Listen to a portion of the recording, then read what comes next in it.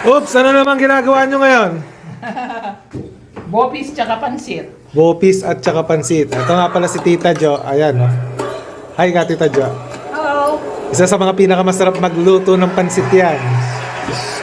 Sige, tingnan natin mamaya yung luto nila.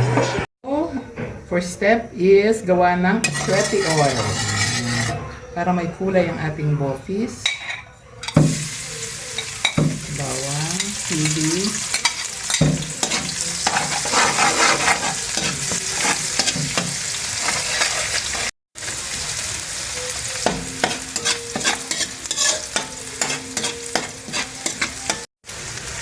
So ito naman is marinated na to, narilis na, nabanlian na, malinis na yan. Minarinate na natin yan ng toyo, sibuyas, konting suka. So, hindi malansa yan, no? So yung bopis natin na hindi malansa dahil super linis yan. Bakit ba yung iba malansa?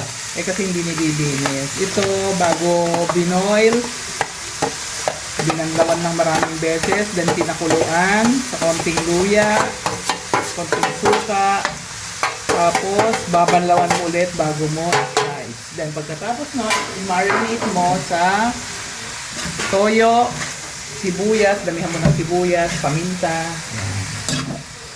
para siya mabango. Eh pagpalambutin mo lang, pag malambot na at luto na siya, ilagay na yung mga gulay. Anong gulay yan? Ang gulay is carrots tsaka tawag nito labanos. Additional color is red bell pepper. Wow, sarap. So pag malambot na yan, luto na siya. Okay, so mamantika na siya. Mamaya si Tita Jo naman magluluto ng pansit. Wow. Diba? Kakaiba siya, no? Hindi siya yung nakikita sa karinderya na kulay, ano? Orange. Ang sarap. Sarap sa tignan. Ayan na ang finished product. Sarap.